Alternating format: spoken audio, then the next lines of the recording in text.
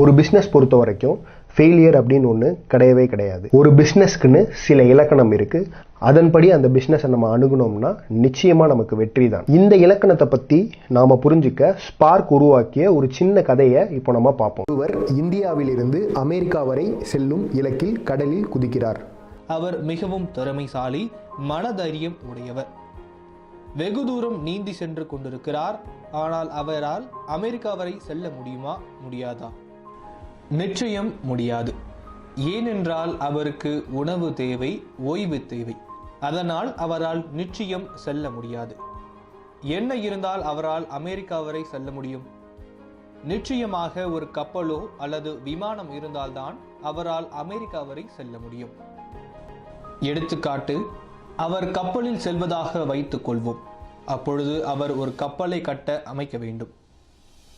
அந்த கப்பலை கட்ட தேவைப்படும் பணம்தான் ஸ்டார்ட் அப் எக்ஸ்பென்ஸ். ஒரு நிறுவனத்தை கட்டி எழுப்ப முதலில் அதற்கான கட்டமைப்பை உருவாக்க தேவையான முதலீட்டை நாம் நிச்சயம் கொண்டு வர வேண்டும். இப்பொழுது நமது கப்பல் தயாராக உள்ளது.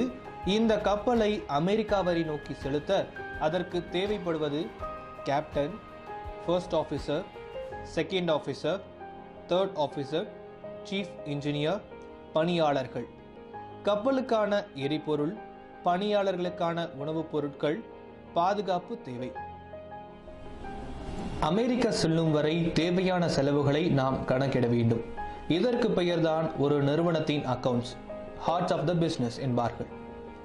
இந்த செலவினங்களை வைத்தே நமது கப்பலில் எத்தனை கஸ்டமர்ஸை ஏற்றி செல்ல வேண்டும், அவர்களிடமிருந்து பயண காசாக எவ்வளவு வாங்க வேண்டும் என்பதை தீர்மானிக்க வேண்டும். நாம் போகும் வழியில் மக்களுக்கு இப்படி ஒரு கப்பல் இதன் வழியாக செல்கிறது என்பதை தெரியப்படுத்தாவிட்டால் என்னவாகும்? மக்கள் யாரும் நமது கப்பலை பயன்படுத்த வரமாட்டார்கள். நாம் ஸ்டார்ட் ஆஃப் எக்ஸ்பென்ஸை செய்துவிட்டோம். அமெரிக்கா வரை செல்வதற்கான பணத்தையும் திரட்டிவிட்டோம். இப்பொழுது நாம் மக்களுக்கு நமது கப்பலை பற்றின விளம்பரப்படுத்தாவிட்டால் நமது கப்பல் அமெரிக்கா வரை செல்லும் பொழுது நஷ்டத்தில் சென்றடையும். அதனால்தான் அட்வர்டைஸ்மெண்ட்டை நம்ம தெளிவாக பிளான் பண்ணணும். அதுக்கான பணத்தையும் திரட்ட வேண்டும். இதுக்கு பேர் தான் அட்வர்டைஸ்மெண்ட் பிளானிங். நாம் இப்பொழுது கப்பலை பற்றி விளம்பரப்படுத்தி விட்டோம். இப்பொழுது நமது கப்பலில் பயணிகள் வந்து பயணிப்பார்கள். இப்பொழுது நமது கப்பல் போதுமான வசதியுடனும் சுகாதாரம் இல்லாவிட்டாலும், போதுமான இடம் இல்லாவிட்டாலும் பயணிகள் நமது கப்பலில் பயணிப்பார்களா? நிச்சயம் பயணம் செய்ய மாட்டார்கள்.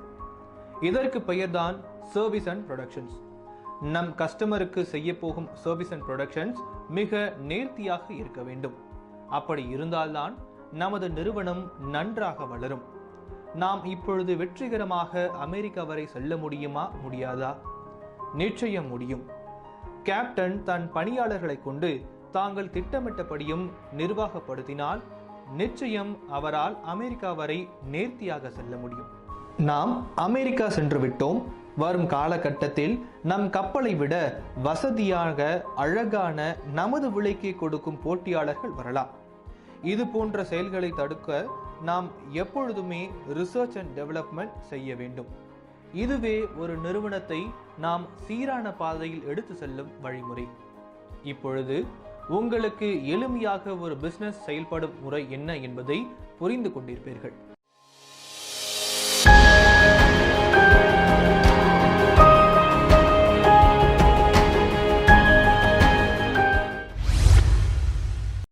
Mat in India, make in India, made by Indians என்னும் பயணத்தில் வாருங்கள் பயணிக்கலாம்.